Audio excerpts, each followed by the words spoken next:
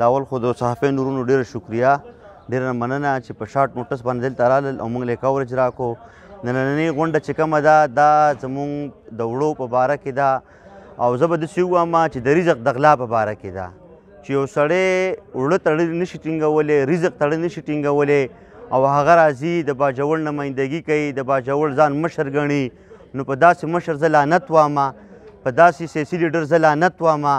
په داسې خان ملک زه لعنت وایم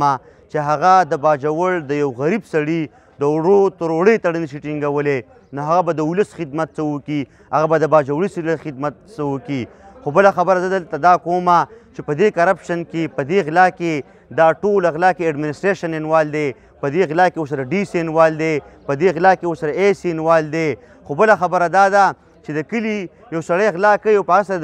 د کلي سړی انوال نه وي نو هلته غلا نشي کېدلی. خو په دې ډي سي دا مطالبه کوو چې تاسو کوم د کرپشن کومه ټولګه دلته ټاکلې ده په باجوړ کې او تاسو سره میلاوې وئ نو موږ تاسو دا ریکویسټ کوو، الله احکامو نه هم دا ریکویسټ کوو، د پوډ والا نه هم دا ریکویسټ کوو چې دا غله دي، دا کم ډاکوان چې تاسو کېنولي د دې خلاف ایکشن والئ. کو تاسو د دې خلاف ایکشن وانه اخیستو نو زموږ د احتجاج دا لړۍ به دغه شان جاري او د باجوړ په ولس باندې دا غږ هم کوو چې راشئ زموږ سره په دې لړۍ کې شامل شئ، زموږ سره په دې احتجاج کې حصه والئ. ځکه چې د باجوړ دا د یو څو کسانو د یو څو سټیک هولډرو نه دی، د ګدوګه د امار نه راواله د هغه د کنډه و پړ کې چې سرکاري څومره